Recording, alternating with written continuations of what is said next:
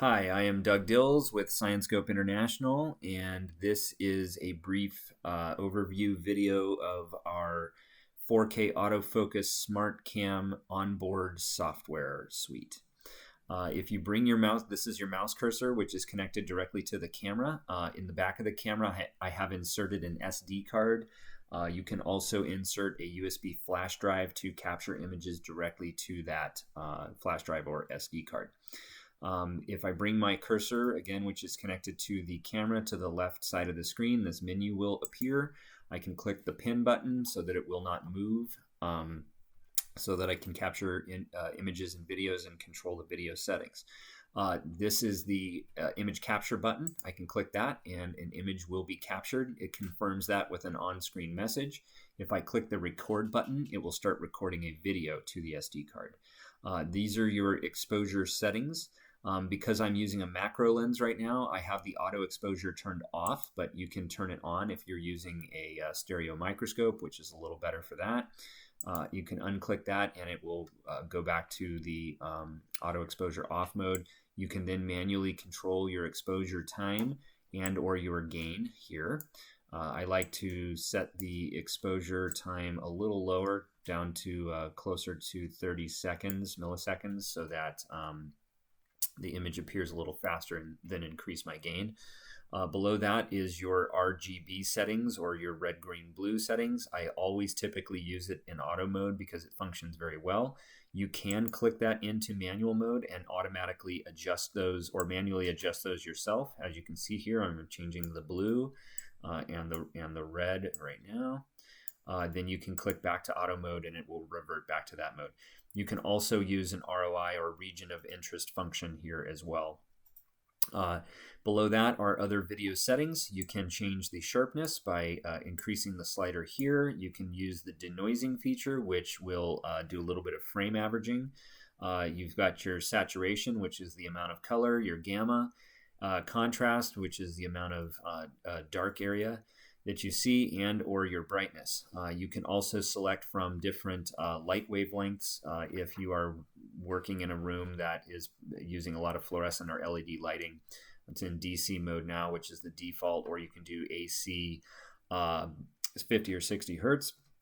The default button is going to reset all of those functions that we just adjusted right now. You can then click the pin and the menu will go away, but again, it will reappear if you bring it back to the left side of the screen, and again, you can capture an image here. If you bring your mouse cursor down to the bottom of the screen, that will bring up the other camera functionality here. The two buttons on the left will increase or decrease digital zoom. As you can see here, I can click here and digitally zoom in on what I am looking at through the system right now. If I click this button, it will reduce that back to 1.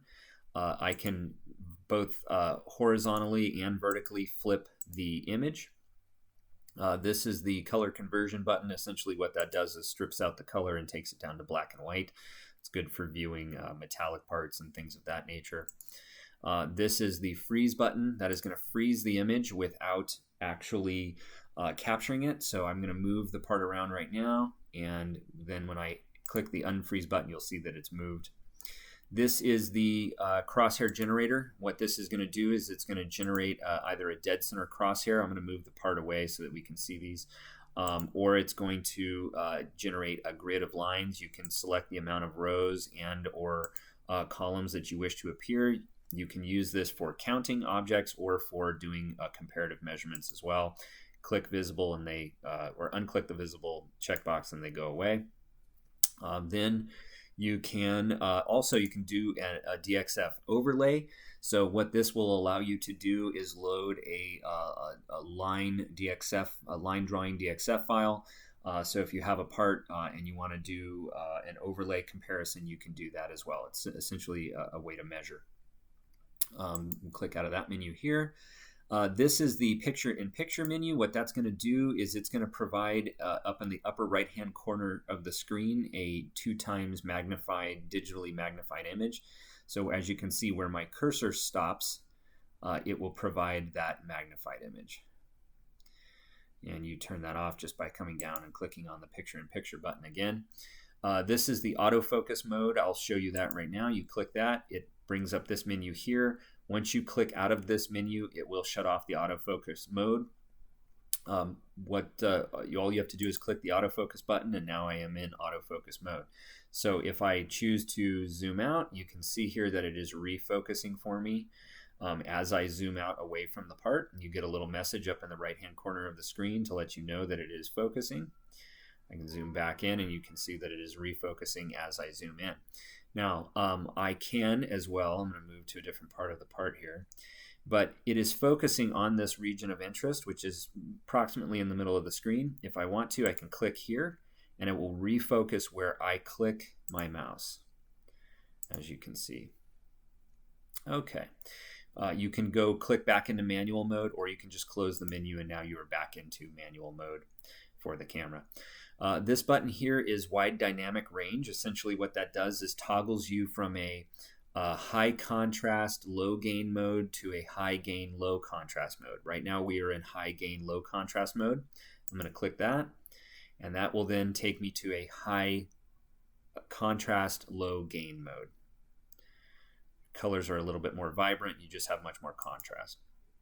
I'm going to click out of that, and I am now back into the high gain low contrast mode. This button here is a side-by-side image comparison. It compares a captured image to a live image. So I can come here, I can come up to the left-hand side of the screen, capture an image.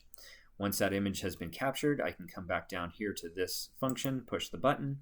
I can click into my SD card, select from one of the pictures, double-click that here. That is now my captured image on my left-hand side and my live image on my right-hand side, so I can do a comparison of either defects or golden parts, whatever you desire to do. If you need to see more of what's on the screen, you can, or off the screen, you can grab it and slide it over. Same thing with the live image, you can grab it and slide it left and right here as well. If you're done in that mode, you can simply click the back button and go back, or you can click this button and it'll toggle you to the next captured image. Okay, so from here you can go back to home. This is your file browser, so these are all of the images or videos that we have captured using to this SD card. All of these images here that have the little question mark are images that were loaded onto the camera that I didn't take through the camera. So here is the captured image. You can, if you wish to, delete it from here. You can also come back here and you can do a batch deletion as well. Again, you can click the home button and it'll take you back to the home. This is the settings button. I'm going to spend very little time here, but these are your network settings. So if you wish to connect via Wi-Fi, you can go in here and change your camera name and set your bandwidth. This is your USB 3.0 mode. You can do host mode or device mode. Host mode will allow you to connect a USB flash drive or a Wi-Fi adapter. Device mode will allow you to connect to the computer via USB 3.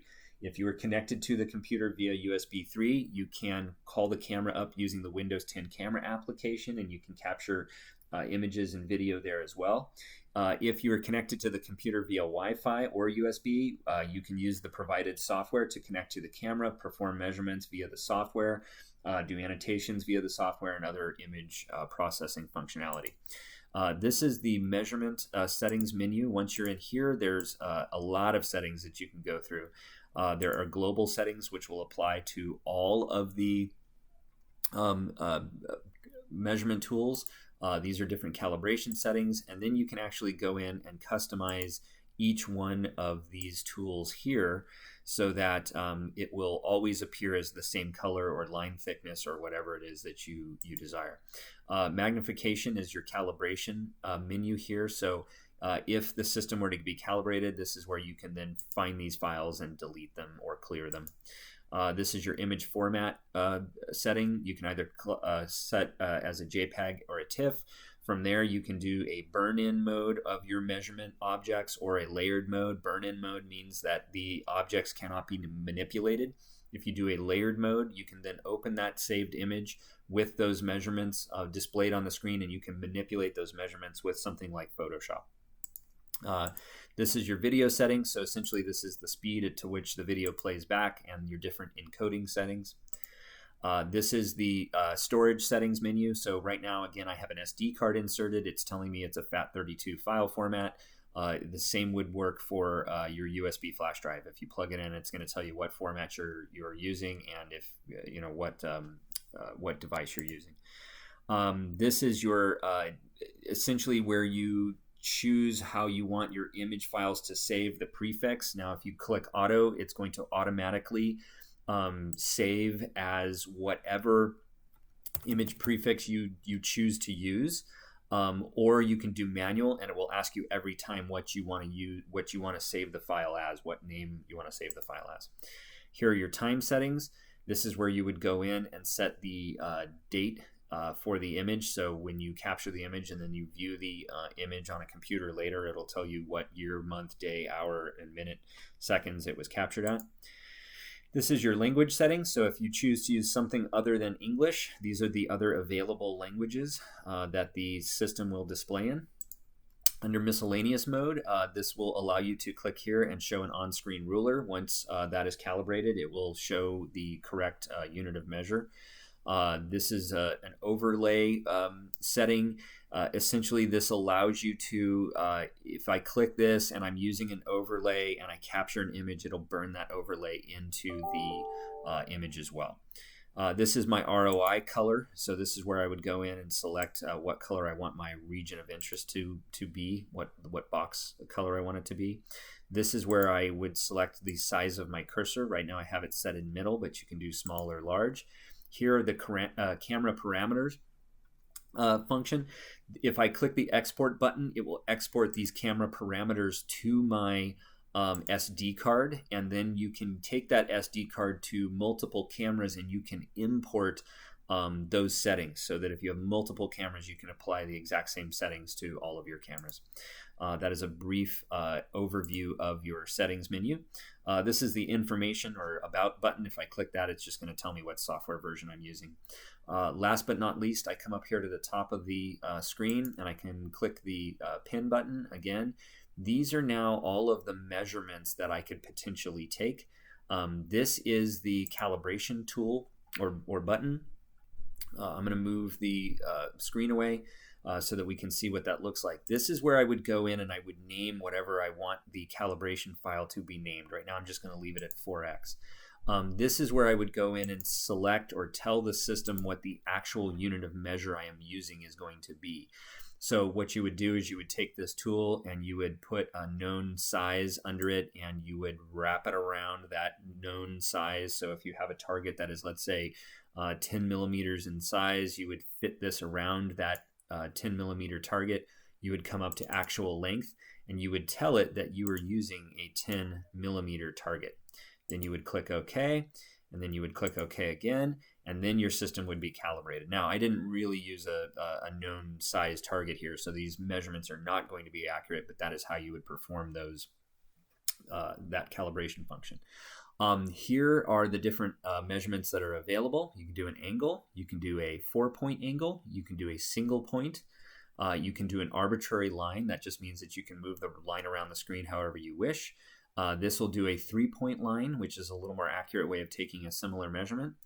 You can do a horizontal line, so if you want the line to be perfectly horizontal, you can do that. The same for a vertical line measurement. This is a parallel line measurement, so you can do 2 parallel lines and how far away they are from each other. This is a perpendicular line measurement. These measurements here will all essentially measure an area. So this one is going to give you a rectangle, an ellipse, 5-point ellipse. The next few measurements are going to be for radiuses and diameters. This is a center to radius diameter measurement, a center to radius measurement. This will perform a diameter measurement using 3 points of a circle. This is an annulus, which is essentially a concentric circle measurement and the distance between those 2 concentric circles. This measurement here is going to do a center point of 2 circles. And this one performs the same measurement but allows you to do it using a 3-point circle. This is an arc measurement. This is an annotation function, and I'll show you that in a minute here. This is a polygon, and next to it is a curve function. Essentially, this allows you to place as many points as you want to perform an area measurement. This will give you lines to do that with. This will allow you to draw essentially an area that will then give you a measurement. This is going to give you a scale bar. So if properly calibrated, it's going to produce a line on the screen, which will be an actual scale. This is an arrow button or feature that allows you to draw an arrow on the screen. This again was our calibration button, and last but not least is our export. So it exports as a CSV, which is then openable by a spreadsheet program like Microsoft Excel. This again is just going to take me into my settings, and this is my delete all objects button. So this will delete all measurement objects. I'm going to move the circuit board out of the way here, and what I'm going to do is just perform a few measurements so you can see how they function. A very common measurement would be an arbitrary line. So you would take this and you would stretch it, around a part here. Let's say you wanted to measure from this corner essentially to this area. You would click that, and then that would then produce your measurement. This is another very common measurement, which is a 3-point circle. Now it's interesting because this is a white on white kind of a measurement, and it's really hard to see. So if I don't like that, I can come down here once I've performed a measurement, and I can click and choose my color if I did not in another menu. So I can click here, click OK, and it will then change the color of that so I can see all of these things a little bit more easily. Once you've performed some measurements, you can actually move them around if you choose to do so by selecting this selection tool. So you can grab this and you can move it here. You can move the measurements if you can't see them, and you can then move the actual, you can change and move the actual measurement itself. Now, once the capture button is pressed, these will be burnt, as I have it selected now, burnt into the image. If I hit the export button, that's going to export all the data to the SD card via a CSV file, which is, again, you can open via Microsoft Excel or another program. Just to give you an idea of a couple other measurements here until we do some more thorough training. So if I had two circles there, it's going to measure the center of those two circles. Again, we can do some parallel line measurements. So if I had two parallel lines and I wanted to know the distance between those, it'll measure like that. And again, we can do angles. So if we wanted to know the angle of something, we would simply come and select two lines and it'll give us our angle. So it's all very easy to use. Again, if I want to delete everything, I just push this button, click OK, and they all go away. Or I can measure a circle, let's say, change the color of it again because I didn't save that as a permanent setting. Click OK. Now let's do a vertical line here. Now that's a vertical line. Now I have two measurements on the screen. Let's say I don't want to delete both of them. I just want to get rid of my circle because I don't need it. I can do that in one of two ways. Or actually, I'm sorry, I can do that by selecting the object itself here with the selection tool.